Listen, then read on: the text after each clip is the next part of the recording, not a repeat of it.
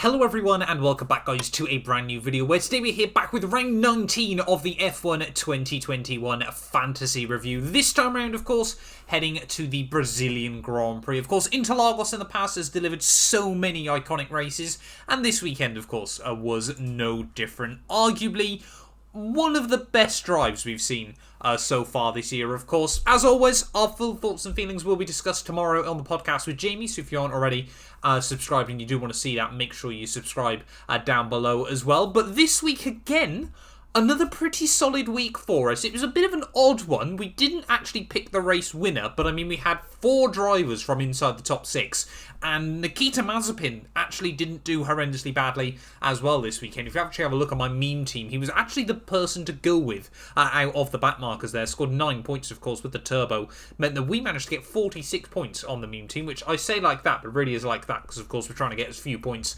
as we possibly can there. Our risky team did pretty well. I mean, 40 for Bottas, 36 for Perez. They both turned up. A bit of a quiet week, though, for Sebastian Vettel and Latifi. And, of course, Pierre Gasly. Our turbo, again, did a pretty solid job. He definitely didn't have the pace, though, to match Ferrari this weekend. Of course, I say Latifi had a quiet weekend. I think that's a little bit unfair. You know, he did pretty well. Obviously, out-qualified George Russell, whether you look at Friday or Saturday's results, which was really, really important. And did seem to make some good progress on a weekend where Williams, really did struggle there. But looking, though, of course, at our main team, Max Verstappen was looking strong throughout a lot of the Grand Prix, but really, we all know Hamilton, he was on another level this weekend. This was one of those rare weekends you see in a year where Hamilton doesn't care what happens. He's winning it no matter what anyone else tries to do. Of course, the defensive behaviour of Max Verstappen, again, we'll discuss that a lot more tomorrow. Personally, I wasn't a big fan of it. I thought it was a bit over the limit there. But, I mean, yeah, the rest of our team, though, Charles Leclerc had another really solid day out. You know, Carlos Sainz was probably a bit more of the star of the weekend just because of that defensive work he did on Perez on Saturday. But Charles Leclerc did end up finishing ahead of him in the race there. It was helped a little bit by strategy. But, yeah, Carlos and Charles Leclerc both looking really, really strong. And I think keeping those two and Ferrari in our team to the end of the year is going to be really, really important as well there. Like we said, Nikita Mazepin was actually the best of the backmarkers, pulled off a pretty decent move on his teammate Mick Schumacher there, which I'm sure the TV cameras didn't capture as well at the time. And of course, Perez is our turbo. He is just, you know, he's at a stage now where he's consistent enough and he's probably going to finish P4 or better between now and the end of the season, unless he has a really bad weekend. So I think putting him as our turbo to the end of the year now is a pretty safe bet there. So 250 points for ourselves at the end of the weekend. Yeah, I was rather happy with that one, of course, as we head to Loadcell this weekend. Means we're back up to 158th overall in the league, so we've done some really good progress from this weekend there. You can see in terms of people that turboed, Mega Driver even I should say, a lot of people opted to Mega Driver this weekend. 38 of the top 38 opted to Mega Driver this weekend. And I mean, we still finished... Where did we finish? 70th. So really, we were what? Like 32nd best? Even higher than that, probably 31st, 30th there. As you can see, Dustin also used his Mega Driver there. But we had a really solid weekend here and picked up some good points for the team. But having a look, though, at our top runners then at the end of the weekend, as long as F1's website decides to play ball. It was Leonardo with Team Vinapax that was top of the results there. I think that's rather fitting that the Brazilian ended up coming in top at the Brazilian Grand Prix there. He had turboed Perez, Mega Drivered Verstappen rather interestingly, and then Leclerc, Russell, Gasly and Red Bull there. So another solid weekend by him. Did Hamilton score more of the Mega Driver there? Verstappen 183. He's, just insane there again. Both Red Bulls and their team there, Leclerc, Russell and Gasly for John as well. Again, pretty much the same roster, Sainz instead of Leclerc for Anke in P3 there. And then Team Alternative, again, looking like a similar roster. Did anyone turbo Mega Driver Hamilton? How many points did he score from the weekend? That's what I want to know. Can we go Brazilian Grand Prix? Apparently, kind of, I think. How many points did Hamilton score in the end of that one? Highest scoring was... So Hamilton, despite coming from 20th to 5th in the sprint and then 10th to 1st in the Grand Prix, still scored 10 less points than Max Verstappen at the end of the week. That is...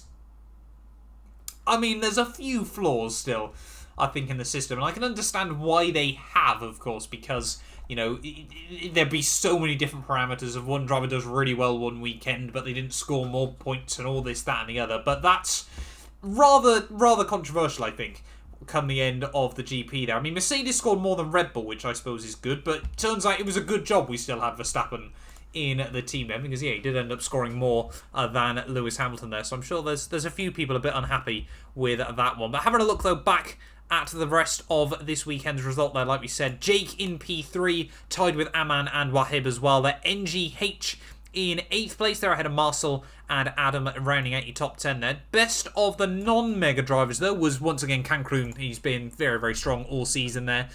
Pretty much the same roster as me, except for he's managed to put Russell in there and Red Bull. So we might have to have a look at how we can do that, because that would imply Ferrari...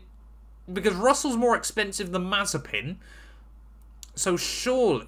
How on earth have you done that, Cancun? That is a really OP team there that he's managed to put in there. You can see he also finished right behind himself as well. So yeah, he finished 1-2 out of the people that didn't use their Mega drivers this week. Further down the roster, I mean, who else have we got? We had a couple more Mega drivers I think I saw further down there. You can see Dustin, he had Hamilton Turbo, and yeah, he only scored 153, sorry, Mega drive it there. Not sure about the rest of your roster. You've tried to put both Hamilton and Verstappen in, and have really had to cheap out on everything else, which is a bit disappointing for Dustin. I mean, it's a risky strategy. I'm sure it's scored him some good, consistent points over the year there. But yeah, we came through in P70. Where did our other teams finish then? We came 100... Oh, we're going to be way further down.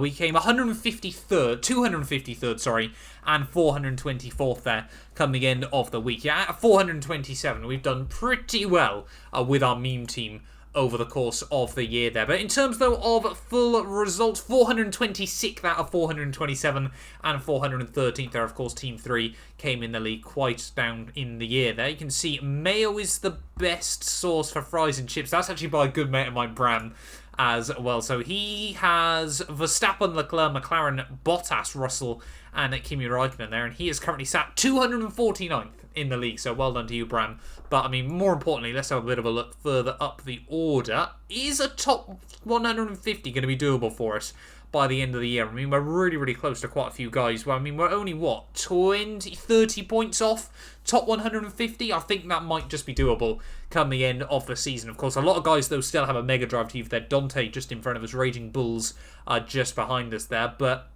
I mean, I was always aiming for top half, and then I was aiming for top 200.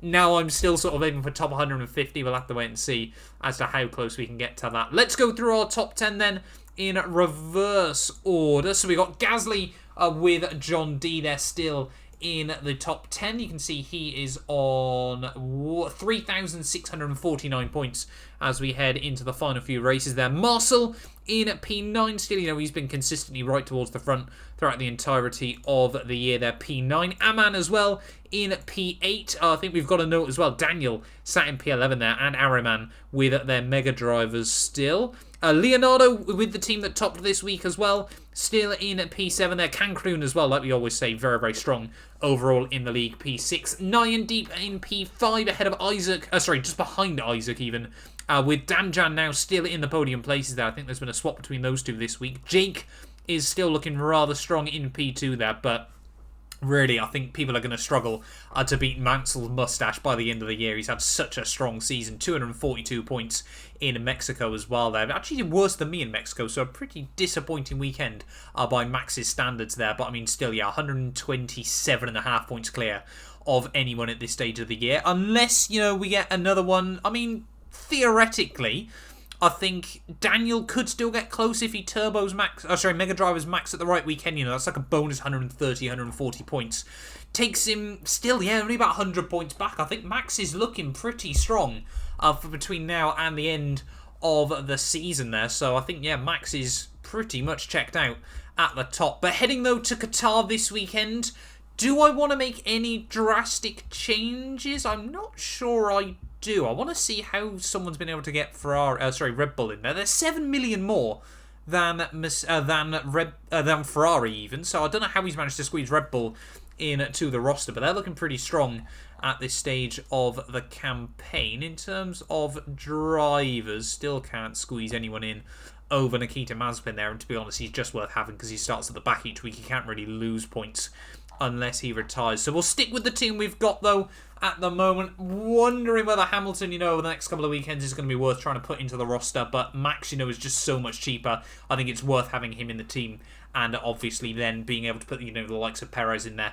as well. But there we go. We're not going to change any of our teams this weekend. Let me know down in the comments below how you got on this weekend at the Brazilian Grand Prix as well there. But thank you all so much for watching this video. If you have enjoyed, do make sure you leave a like, get yourself subscribed, and yeah, we'll be back very, very soon to review the already Qatar Grand Prix. It's a catchy name, there's no arguing that. None of these videos would be possible without the help of our channel supporters. So a massive thank you to The Travesty, Patrick, Chuan, David, Ben, Aidan, Estacios, Cato, Sean, Johnny, McBlam, Mighty Spork, Tazief, William, and Nanon for becoming channel members. If you want to be featured at the end of all these videos, make sure you just click the join button down below.